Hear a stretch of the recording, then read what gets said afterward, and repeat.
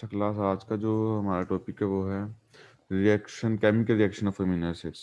Last हम लोगों ने उसकी साइड चेन की वजह से जो केमिकल रिएक्शंस होते हैं उसको रीड किया था। आज हम लोग उसकी प्रॉपर्टीज में देखेंगे, केमिकल प्रॉपर्टीज क्या है अमीनो एसिड्स की। ठीक है, तो एक तो फिजिकल प्रॉपर्टीज भी हैं और एक केमिकल प्रॉपर्टीज हैं। फिजिकल प्रॉपर्टीज बिल्कुल इजी हैं, इसलिए वो मैंने ऐड नहीं की, क्योंकि उसको आप लोग जो मैंने बुक शेयर किया उसमें देख लीजिएगा। फिजिकल प्रॉपर्टी में सोलिबिलिटी आ जाती है, वो हर एक को सिंपल सा पता। थोड़ा सा मैं आपको उसका ब्रीफली बता देता हूँ कि जो अमीनो एसिड्स हैं वो वाटर सोल्यूबल हैं मोस्टली, ठीक है, और इन सोल्यूबल है इन ऑर्गेनिक सॉल्वेंट्स में। इनका मेल्टिंग पॉइंट है ना, वो समटाइम्स क्या होता है अबव 200 डिग्री से भी ज़्यादा चला जाता है, ठीक है।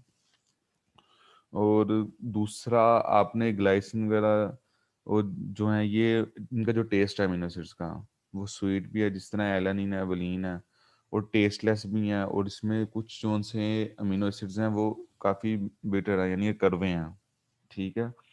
और दूसरा एक इसकी फिजिकल प्रॉपर्टीज में आया था कि ये प्रोटॉन एक्सेप्टर भी है और प्रोटॉन रेड भी कर सकता है।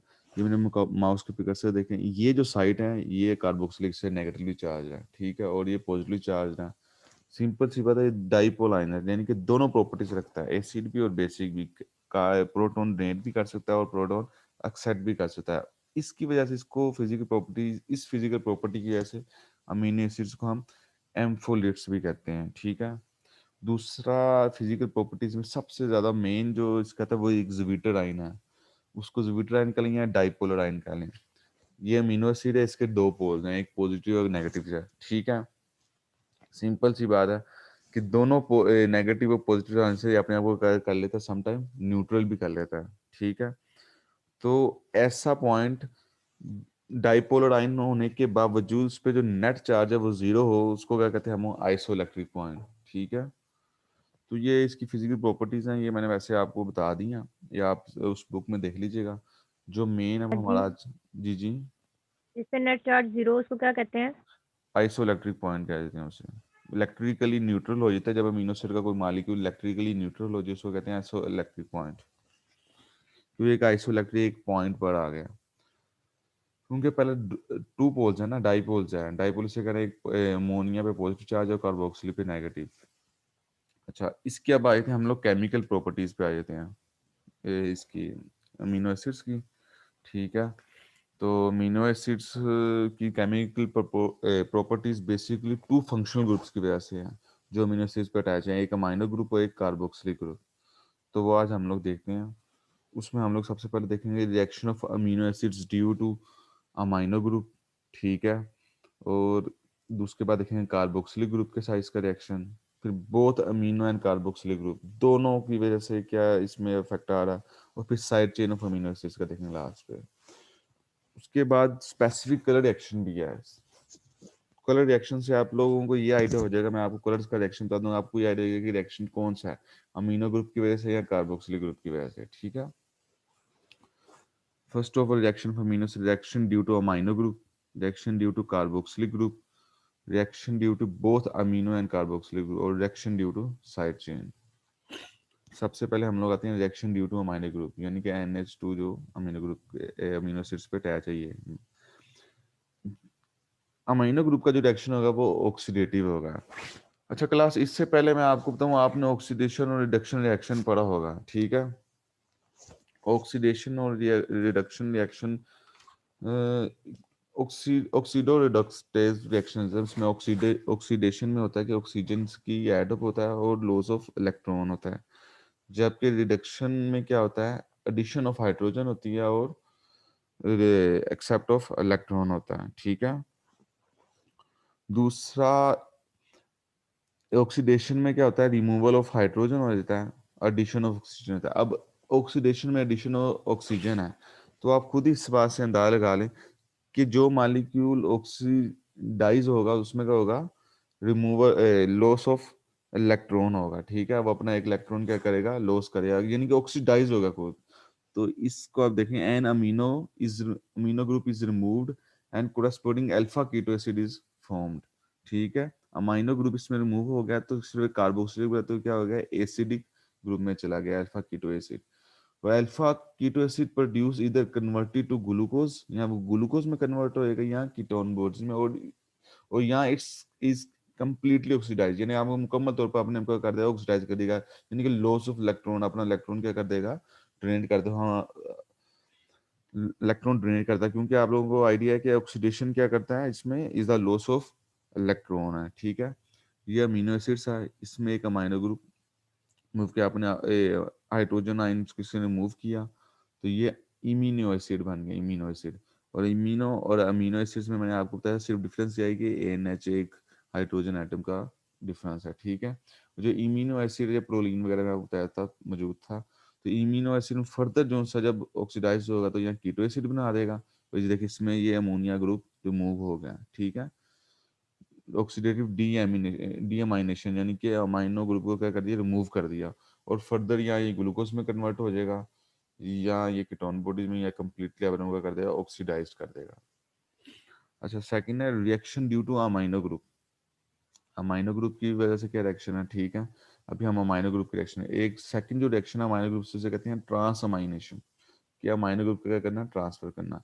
Transfer of an amino group from an amino acid to an alpha keto acid.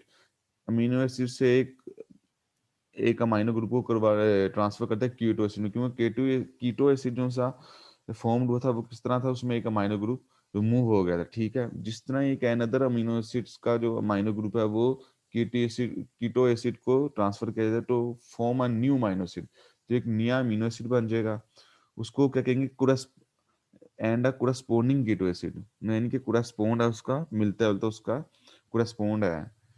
तो इसमें देखें ये अमाइनो एसिड है और ये कीटो एसिड है, इसका केमिकल रिएक्शन चला ट्रांस अमाइनेशन, यानी कि अमाइनो ग्रुप को क्या गया, ट्रांसफर किया गया, तो इसको एक ट्रांसफर अमाइनो ग्रुप किया है, ठीक है। इधर ये देख, इनके एक टू फॉर्म अमीनो एसिड बनेगा और एक कोरेस्पोंडिंग कीटो एसिड, एक कीटो एसिड भी बन जाएगा और एक साथ क्या बन जाएगा, एक न्यू अमीनो एसिड भी फॉर्म होगा, ठीक है। अब अभी ठीक है, जो रिएक्शन चाह रहे हैं वो reaction due to amino group है। अब थर्ड जो रिएक्शन क्या अमाइनो ग्रुप का, वो क्या, formation of carbamine carbamino group, carbamino compound, ठीक है। Formation of carbamino compound, carbon dioxide binds to alpha amino acid on the globulin chain of haemoglobin to form the carbamine haemoglobin. अब जो globin जो है ना, जब हम proteins की क्लासिफिकेशन पे आएंगे ना, उसके स्ट्रक्चर पे, तो ये ग्लोबिन वगैरह ये सब प्रोटीन्स हैं, और ये इसका बेसिकली काम ये होता है कि आपके ब्लड में इसका ये टिश्यू से ऑक्सीजन कार्बन डाइऑक्साइड बाइंड करती है आपकी ब्लड में, और ब्लड इसको जाके लेता है लंग्स पे और वहां से रिमूव की जाती है, ठीक है। तो ब्लड बेसिकली आपका ट्रांसपोर्ट भी है ऑक्सीजन और अदर मालिक्यूल्स का भी है, आपकी बॉडी में जितनी नीड होती है ये ऑक्सीजन लेके जाता है और कार्बन डाइऑक्साइड को लेकर भी आता है, ठीक है। तो इसमें उसने बताया कार्बन डाइऑक्साइड बाइंड क्या कर देती है, ग्लोबुलिन चेन जो हीमोग्लोबिन है वहां पे, यानी कि टिश्यूज से जो आपकी कार्बन डाइऑक्साइड है वो बाइंड कर जाएगी ब्लड के साथ। The reaction take place at alkaline pH, और ब्लड की भी जो पीएच तकरीबन होती है 6 या 5 इस तरह ही होती है, ठीक है, अल्कलाइन नेचर का ही है। The reaction take place at, I I think आगे लिखा हुआ है शायद 6 नहीं होती है 7 इस तरह ही है, तो देख लीजिएगा। The reaction take place at alkaline pH and serve as a mechanism of transfer of carbon dioxide from tissue to lungs by hemoglobin। वही कार्बन डाइऑक्साइड क्या करेगी, ग्लोबुलिन चेन के साथ, हीमोग्लोबिन की जो ग्लोबिन चेन है उसके साथ बाइंड कर जाएगी टिश्यूज में, टिश्यू से ब्लड में चलेगी कार्बन डाइऑक्साइड, और वहां से वो जाके लंग्स में क्या जाएगी, एक्सहेल होके बाहर निकल जाएगी, ठीक है। इस रिएक्शन को हम कहेंगे कार्बामीनो कंपाउंड, ठीक है, फॉर्मेशन ऑफ कार्बामीनो कंपाउंड, कार्बामीनो कंपाउंड कहते हैं इसको, ये ठीक। अच्छा, अब सेकंड, फर्स्ट तो हमने उसके तीन फॉर्म्स पाल ली reaction due to amino group, एक ऑक्सीडेटिव डीअमाइनेशन है, एक ट्रांसअमाइनेशन है, और एक फॉर्मेशन ऑफ कार्बामीनो कंपाउंड। अब जो रिएक्शन पढ़ने लगे हम लोग क्लास, वो है reaction due to carboxyl group, यानी कि कार्बोक्सिल ग्रुप अमीनो एसिड्स पे, ठीक है। तो उसका जो फर्स्ट है वो डी कार्बोक्सिलेशन, यानी कार्बोक्सिलेशन की डी कार्बोक्सिलेशन हो जाना। Amino acids undergo alpha decarboxylation to form a corresponding amine, example glutamic acid, जबकि उसकी डी कार्बोक्सिलेशन होगी, यानी कि कार्बन ऑक्साइड एक एक मालिक्यूल रिलीज कर दिया जाएगा तो वो कन्वर्ट हो जाएगा गैबा में, ठीक है, किसमें, गैबा में। बेसिकली गैबा की जो सी है इसकी एब्रीविएशन है, ये है गैमा अमीनो ब्यूटारिक एसिड, और ये आपका न्यूरोट्रांसमीटर है जो आपको कामनेस करता है, यानी कि इनहिबिट कर देता है न्यूरोट्रांसमीटर एक्टिविटी, यानी कि काम डाउन कंट्रोल, विजन को कंट्रोल करता है। ठीक है, एक न्यूरोट्रांसमीटर है, और एक ग्लूटामिक एसिड की अमीनो एसिड्स की डीकार्बोक्सिलेशन से ही बनता है। अच्छा, नेक्स्ट है हिस्टीडीन। हिस्टीडीन कन्वर्ट हो जाती है हिस्टामिन में, टायरोसिन है वो ट्रायामाइन में कन्वर्ट हो जाएगी जब टायरोसिन की डीकार्बोक्सिलेशन होगी। सेकंड जो उनकी आज reaction due to carboxylic group की वजह से वो है फॉर्मेशन ऑफ अमाइड लिंकेज, यानी कि अमाइड लिंक में ये होगा कि एक फर्दर जो सा अमाइनो ग्रुप कार्बोक्सिलिक ग्रुप पे अटैच्ड हो जाएगा। ठीक है, यानी कि दो अमाइन ग्रुप हो जाएंगे। Non carboxylic group of N acid acidic amino acid reacts with ammonia by condensation to form the corresponding, उसका corresponding यानी कि मिलता जुलता होगा उसमें। ठीक है, corresponding अमाइड्स बना देगा। स्पार्टिक एसिड कन्वर्ट हो जाएगा अस्पार्जिनिन में, ग्लूटामिक एसिड कन्वर्ट हो जाएगा ग्लूटामिक एसिड में। अब ये स्पार्टिक एसिड है, ठीक है, ये इसका एक कार्बोक्सिलिक ग्रुप है, और इसमें दो कार्बोक्सिलिक ग्रुप है, ये अमाइन ग्रुप है, प्लस ए एन एच। एक एटीपी आपकी यूज डीनो ट्राईफॉस्फेट यूज होगी। ठीक है, आपकी रिएक्शन को एनर्जी चाहिए। ठीक है, एनर्जी एटीपी से आई। जिस तरह ये रिएक्शन होगा तो ये अमाइन ग्रुप इस साइड पे अटैच हो जाएगा। ठीक है, ये बन जाएगा अस्पार्जिनिन। ठीक है, ये फॉर्मेशन ऑफ अमाइड लिंकेज है। अब थर्ड इसका जो आता है, दो हमने ये पहले लास्ट वाली स्लाइड निकालिएगा ये दिस वन। जो पीछे गई अभी। जी। ये जी सर स्पेल। जी नहीं सर, उससे आगे। ये नो सर, आगे वाली थी।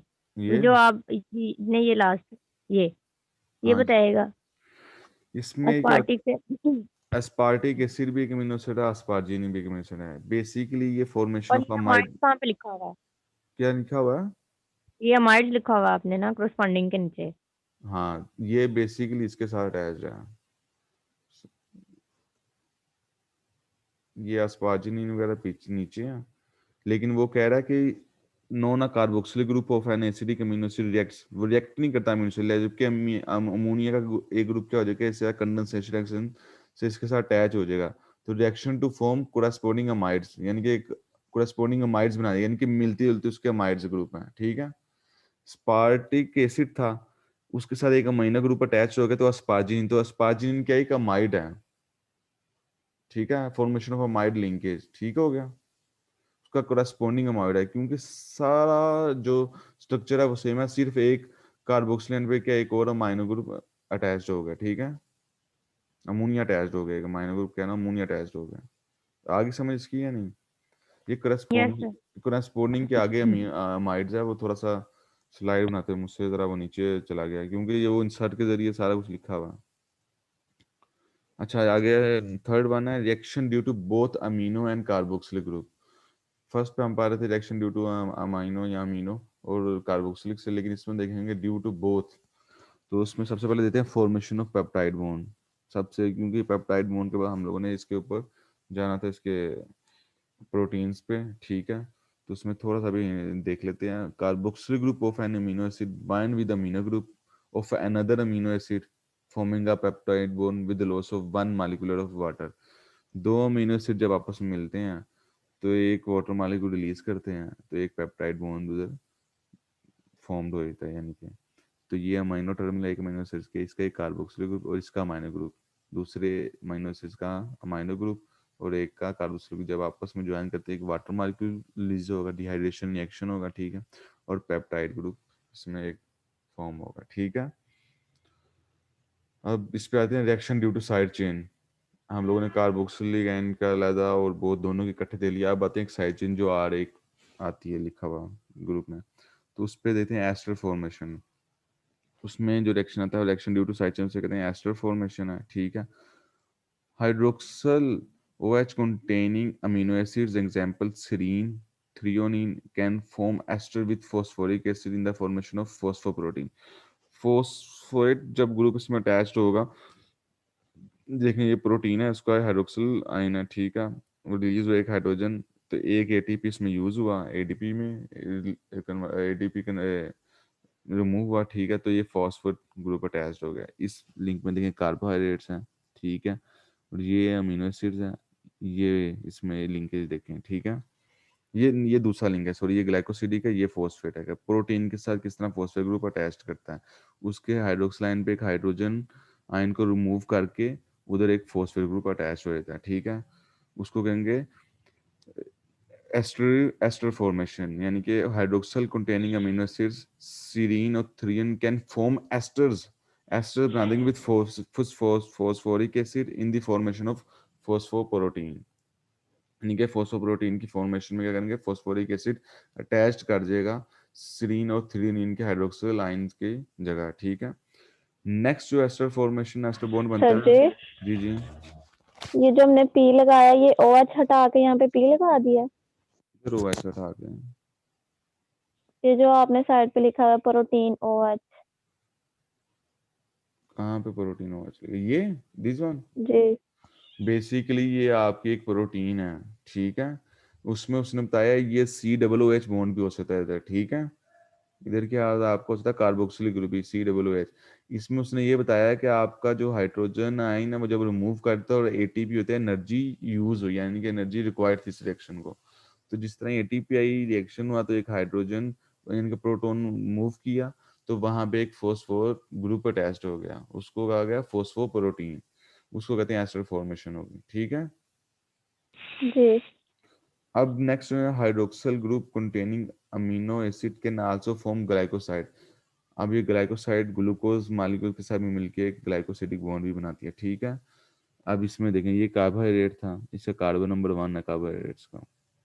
ये आपकी प्रोटीन है, इसमें जो आर साइड चेन है, ठीक है, CH2, ये इसके साथ एक बाइंड किया, इसने ओ लिंकेज बना दिया, ठीक है, इसको कहेंगे ग्लाइकोसिडिक लिंकेज। अच्छा सॉरी क्लास, इसमें मैंने अभी कि ना आप पूछ रहे थे ये CO कार्बोक्सिल ग्रुप नहीं होगा, ये ड्यू टू साइड चेन है, तो इधर कोई दूसरा अनदर साइड चेन मालिक्यूल, कोई अदर फंक्शनल ग्रुप अटैच्ड है, उस उसका हाइड्रोक्सिल आयन है, ठीक है। जो एक्स्ट्रा फॉर्मेशन बनेगी वो हाइड्रोक्सिल आयन की बनेगी, साइड चेन पे जब कोई हाइड्रोक्सिल ग्रुप इस तरह का OH अटैच्ड होगा तो उससे बनेगी, ठीक है। तो वहां पे जिस तरह फॉस्फेट ग्रुप अटैच होगा, क्योंकि ATP है, ADP रिलीज होगी, यानी कि ATP का एक फॉस्फेट मालिक्यूल जो सा है वो इसके साथ प्रोटीन के साथ अटैच्ड हो गया, ठीक है। तो वो फॉस्फोप्रोटीन हो गई। इसी तरह इधर एक साइड चेन थी, ये कार्बोक्सिलिक एंड है, ये अमाइनो ये आर साइड चेन है, ठीक है। इसमें जो हाइड्रोक्सिल ग्रुप अटैच्ड होगा वो कार्बोहाइड्रेट्स के कार्बन नंबर 1 के साथ, वहाँ वाटर मॉलिक्यूल रिलीज होगा और ओ ग्लिकोसिडिक बॉन्ड फॉर्मेशन हो जाएगी, ठीक है। नेक्स्ट है reaction due to side chain. Reaction due to SH group formation of sulphide bond. अब सल्फाइड बॉन्ड यानी कि सल्फर ग्रुप अटैच हो जाएगा, ठीक है।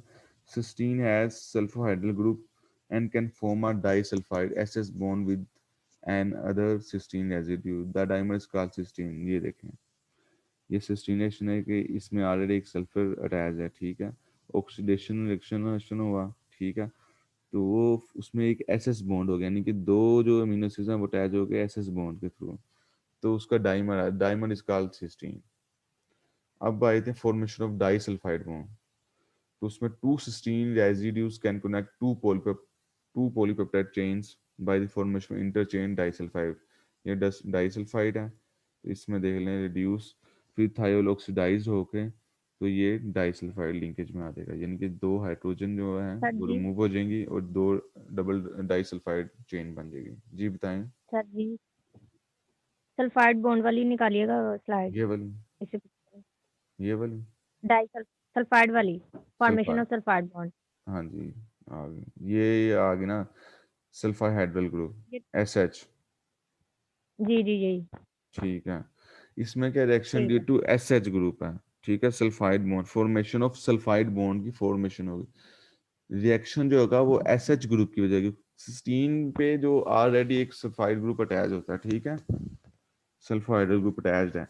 अब इसमें क्या कह रहे हैं, इसका रिएक्शन करा है टू सिस्टीन के दरमियान, ठीक है, वो जिस तरह आपस में रिएक्शन करेंगे तो एक SS बॉन्ड बन जाएगा, नहीं कि ये देखें, ये एक H है एक H है, रिएक्शन हुआ तो 2H, टू प्रोटॉन रिमूव हो गया, यानी कि 2 इलेक्ट्रॉन लॉस ऑफ 2 इलेक्ट्रॉन्स। तो ये इस डायमंड इसको इसलिए कहा गया है, इसका कि मिलता जुलता है, ठीक है, सेम ही है, बस उसमें दो लिंकेज हो गए। अब जो रिएक्शन है, reaction due to side chain transmethylation, यानी कि मथाइल ग्रुप की वजह से है। ये सब जो है साइड चेन पे मथाइल ग्रुप भी अटैच होता है, OH ग्रुप भी अटैच होता है, ठीक है, सल्फाइड ग्रुप भी अटैच है। तो आप बताए the methyl group of methionine can be transferred after activation of an acceptor for the formation of important biological compounds। ठीक है, तो इसकी आगे देखते हैं, बताता हूँ। इसमें देखिए ये एक मिथाइल ग्रुप है, ठीक है। तो ये कन्वर्ट हो, ये देखें अमाइनो ग्रुप की जगह क्या चाहिए, एक फर्दर हमारे अटैच हो गया आपका मिथाइल ग्रुप। तो जोन सी आपकी बायोलॉजी में इसमें नोड एपिनेफ्रीन कन्वर्ट हो जाती है एपिनेफ्रीन में, ठीक है। For example conversion of norepinephrine to epinephrine by S adenosyl methionine active form of methionine, यानी कि मिथाइल ग्रुप्स में अटैच हो गया, ठीक है। अब जोन से आ रहे हैं सर इससे। ये पीछे वाली स्लाइड दिखा जी रही जी। है सर, इसमें NH3 था ऊपर, लास्ट पे आए हैं तो NH3 था ना इसका, एन एच, लास्ट पे HN है सिर्फ। एन एच है ना, बेसिकली उसमें एक उसने प्रोटॉन रिमूव करना है। उसने जब कंबाइन करना तो उसने टोटल तो नहीं उसको रिमूव कर देना, ठीक है। उसमें उसने उसके मिथाइल ग्रुप को अटैच कर दिया, यानी कि ट्रांसमिथाइलेशन। मिथाइल ग्रुप को ट्रांसफर कर दिया, जिस तरह रिएक्शन होगा मिथाइल ग्रुप का CH, तो वो जाहिर है उसको रिएक्शन करेगा तो एक आधा तो हाइड्रोजन उसमें रिमूव करेगा।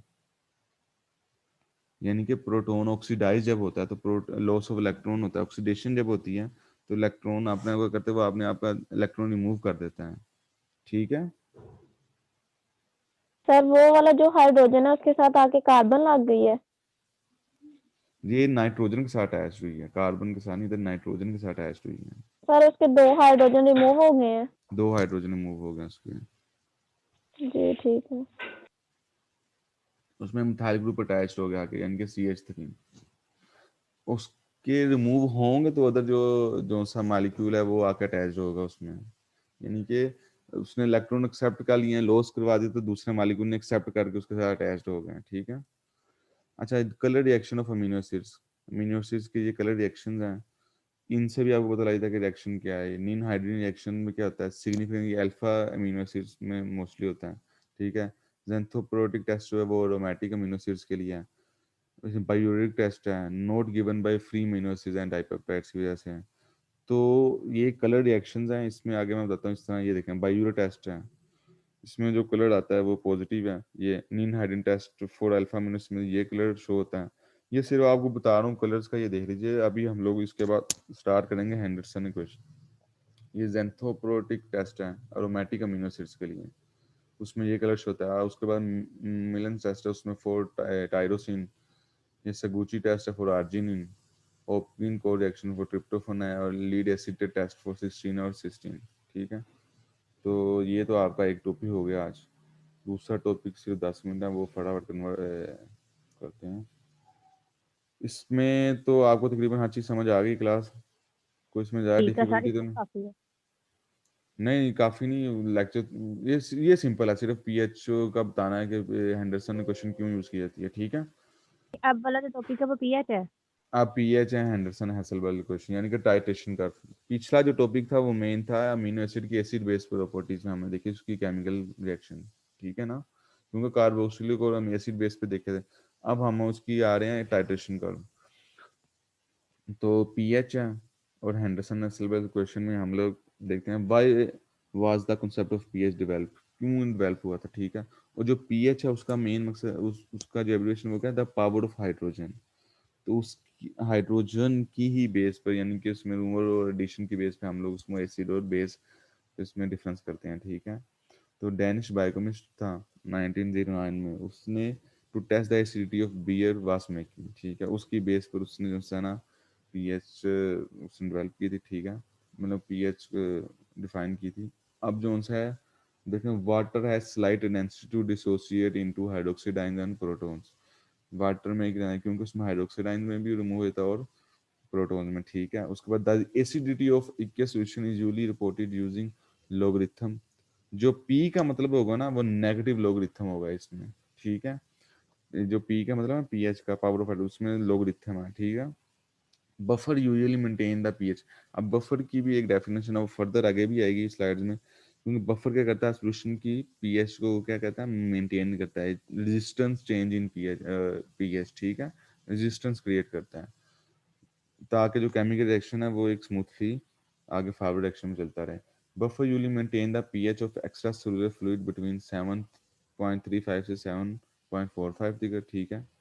PH value in the cell, अब ये बायोलॉजी में, ठीक है, in the cell and the excess fluid are kept constant within narrow limits. In the blood, blood की पीएच, सॉरी मैं उसमें गलत बता रहा था आपको, 6 इसमें देख लें। इन the blood the pH value normal range only between 735 and 740, यानी कि स्लाइटली अल्कलाइन है, ज्यादा अल्कलाइन है। जिस तरह ही 7 से अबव जो ज्यादा वैल्यू जाती है कि 10 टिकर, तो वो कहेंगे स्ट्रॉन्ग बेस, कहेंगे स्ट्रॉन्ग अल्कलाइन। और जिस तरह 7 से कम हो जाएंगे, 2 3 पे चले जाएंगे, तो वो होगा strong acid. The pH value of cytoplasm is slightly lower than that of blood, थोड़ी सी ब्लड से कम है, 7.0 से 7.3। इन लाइसोजाइम उसकी एसिडिक पीएच है, वो क्या 4.5 से 5.5 तक है। और एक्सट्रीम वैल्यू जो सी आपके स्टमक में पीएच की चली जाती है, वो 2 चली जाती है, ठीक है। और उसके बाद इन द स्मॉल बाउल्स में उसकी जो वैल्यू है वो मोर देन 8 विल क्लाइन होती है, ठीक है। Since the kidney can excrete इधर एसिड और basis depend upon the state of metabolism, जिस तरह का आपका मेटाबॉलिज्म बॉडी में रिएक्शन है उसकी बेस पर वो एसिड भी रिमूव कर सकते हैं और बेसिक भी, आपकी जो किडनी है यूरिन के थ्रू।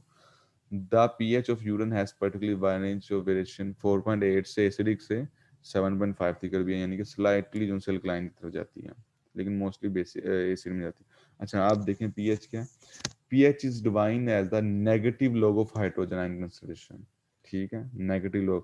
अगर आपको किसी भी ऐसा आपको मैं आगे देनी है इसके बाद ना न्यूमेरिकल्स, तो उसमें हाइड्रोजन कंसंट्रेशन होगी, तो उसमें क्या होगा, आप पीएच निकालिए, उसका नेगेटिव लॉग, उस वैल्यू का नेगेटिव लॉगरिथम ले लेंगे, तो आपको उसकी हाइड्रोजन आयन की कंसंट्रेशन मालूम हो जाएगी कि इस सेक्शन में हाइड्रोजन आयन की कंसंट्रेशन कितनी है, उससे आइडिया हो जाएगा कि ये एसिडिक और बेसिक कंडीशन किस में आता है। वो आगे फर्दर आपको पीएच से भी हेंडरसन क्वेश्चन से भी पता लग जाएगा, ठीक है। आगे आता है pH is measure of acidity and basicity of a solution. The pH range from 0 to 14 है। When hydrogen ion is equal to hydroxyl ion the solution is called neutral, ठीक है। और when hydrogen ions more than hydroxyl ions this solution is called acidic, ठीक है। और is less than 5, जो हमारा scale उसमें 7 से कम हो गए। और when hydrogen ions less than hydroxyl ion then solution is basic, और मोर देन 7 इसकी वैल्यू हो गई, ठीक है।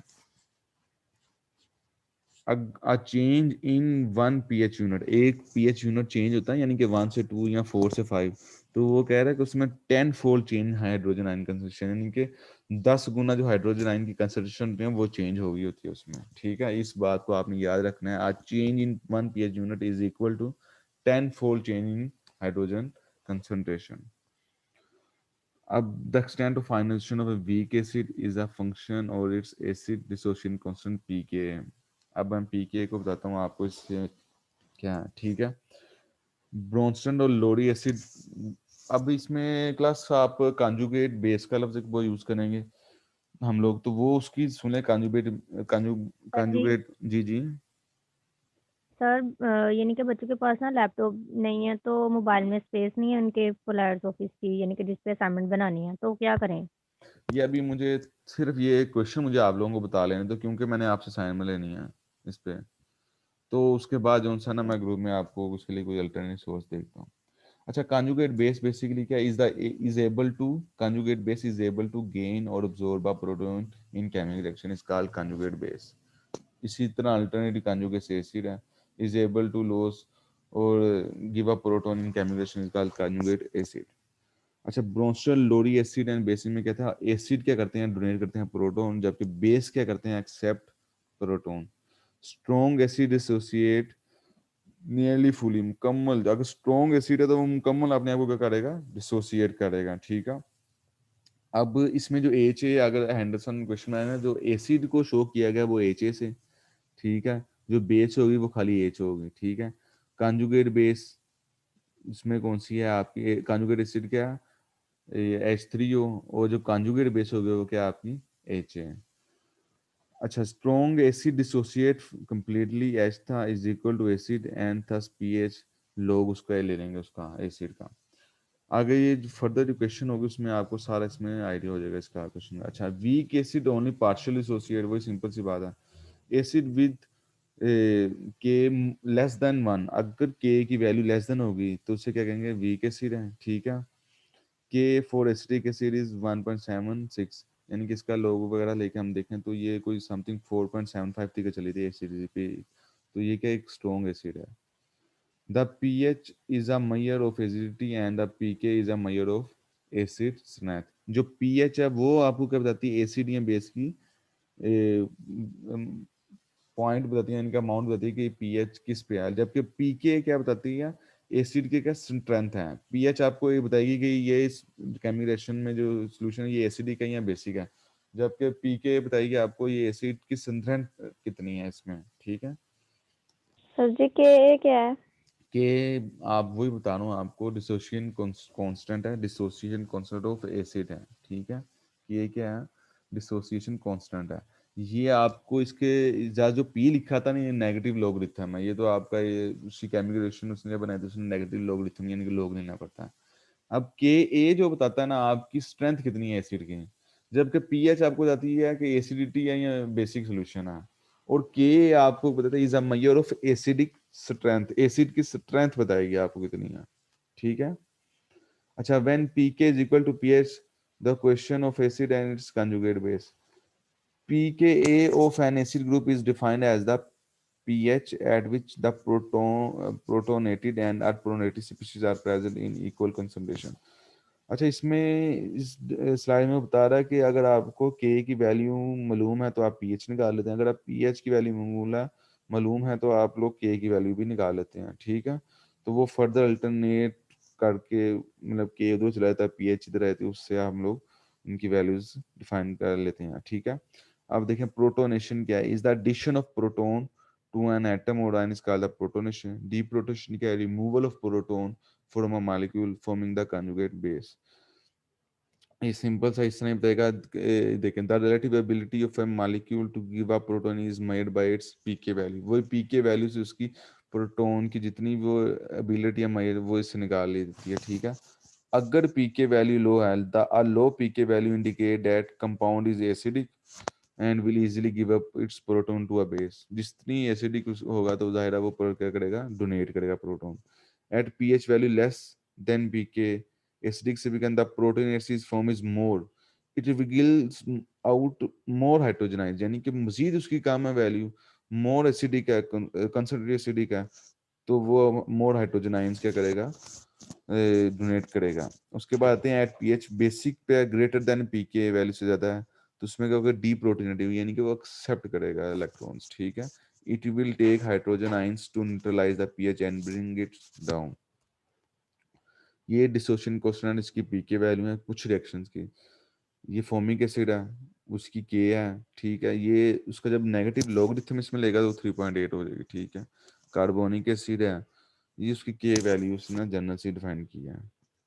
अच्छा, आप बताते हैं why is pH important in biology, biology में क्यों है, क्योंकि पीएच अफेक्ट द सोलबिलिटी